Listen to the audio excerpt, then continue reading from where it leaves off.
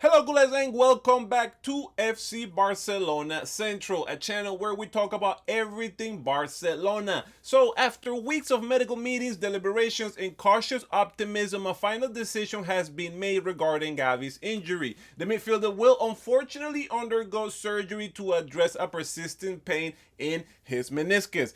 This is FC Barcelona Central. Make sure you like this video, subscribe to the channel so I can continue bringing you daily Barca episodes. So, this was not a decision taken lightly. The club went into great length to avoiding, it has several crucial meetings to avoid a operation. They consulted with the doctors, with coaching staff, the players, and his entourage to ensure the best course of action. They initially opted for a more conservative treatment last week, opting the pain will simply, go away. However, the evolution was not like the doctors wanted it.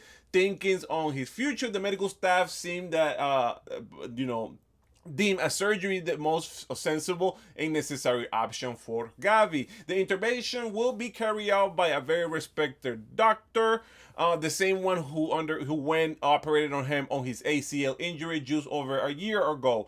The expected recovery time for Gavi is about a month and a half, so we're talking about 6 weeks here. This setback means that he is projected to miss at least the next 10 games on the club's schedule. If all goes well, he could receive the medical clearance in the final international break in November, and hopefully the Spanish team doesn't take him.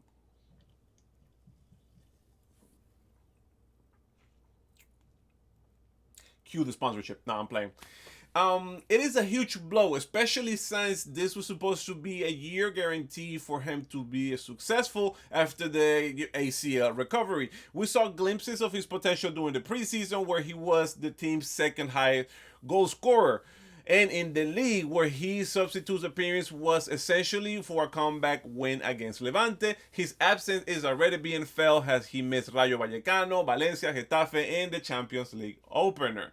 Despite the frustrating news, Gavi once again demonstrated his extraordinary character that defines him. He is eager to return as soon as possible, showing his commitment that he has for this situation and the team. However, the club and those closest to him are prioritizing to be cautious and be prudent.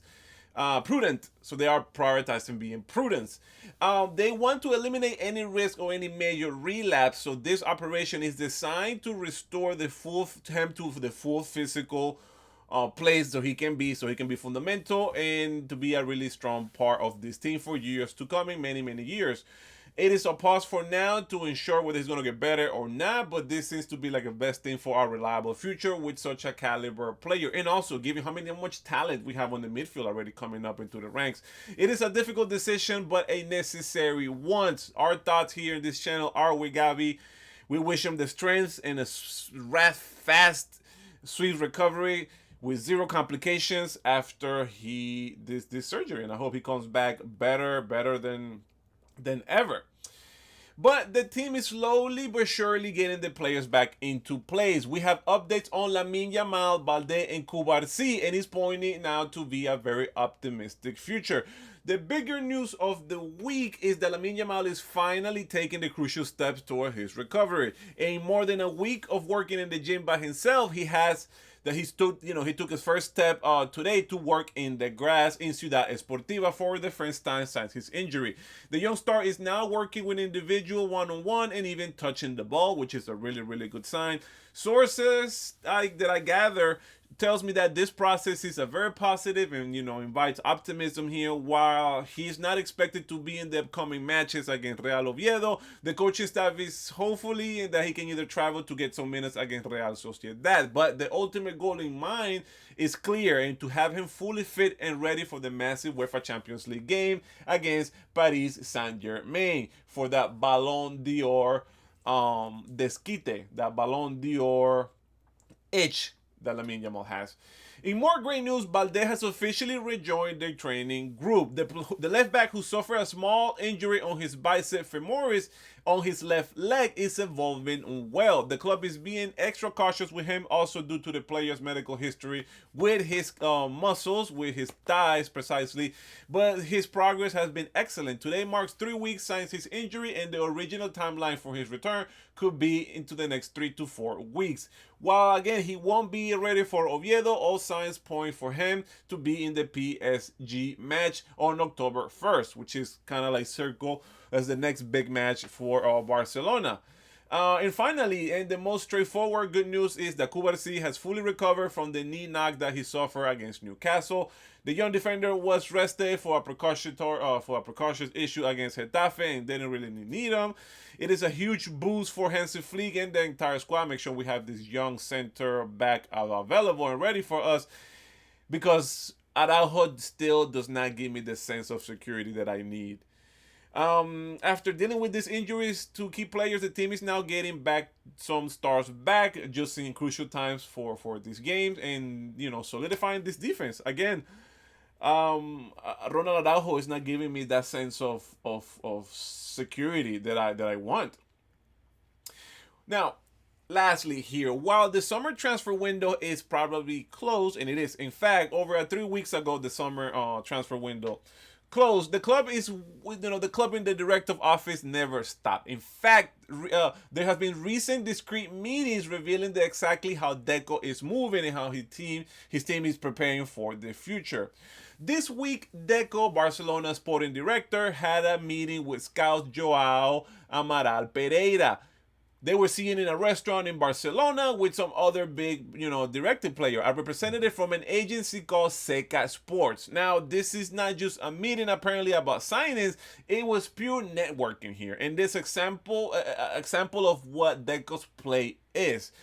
Seca Sports specializes on players from Brazil and South America, a region that the club has historically looked for young talent, raw talent. These informal meetings are crucial for building this relationship and staying ahead of the next curve.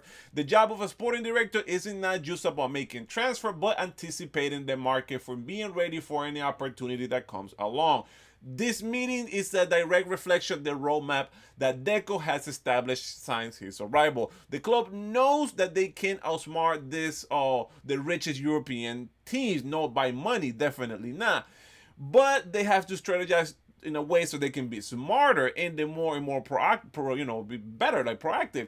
The goal is to identify emerging talent, especially in the Brazil, and that Deco and Amaral knows them well because they are both from Brazil, before any other major club even get a chance to enter the bidding.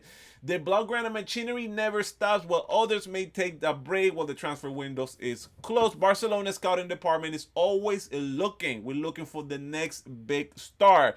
Looking for those key players who can make a difference in years to come. The club's future depends on this type of forward-thinking, diligent work, and I'm really pleased so far what Deco has been doing and his whole work and his whole group of workers and his office. They seem to be doing a really good job.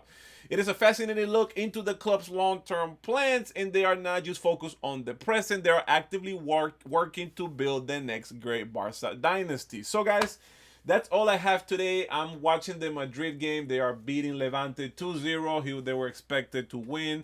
Also, Villarreal is winning against Sevilla. They are currently number 3.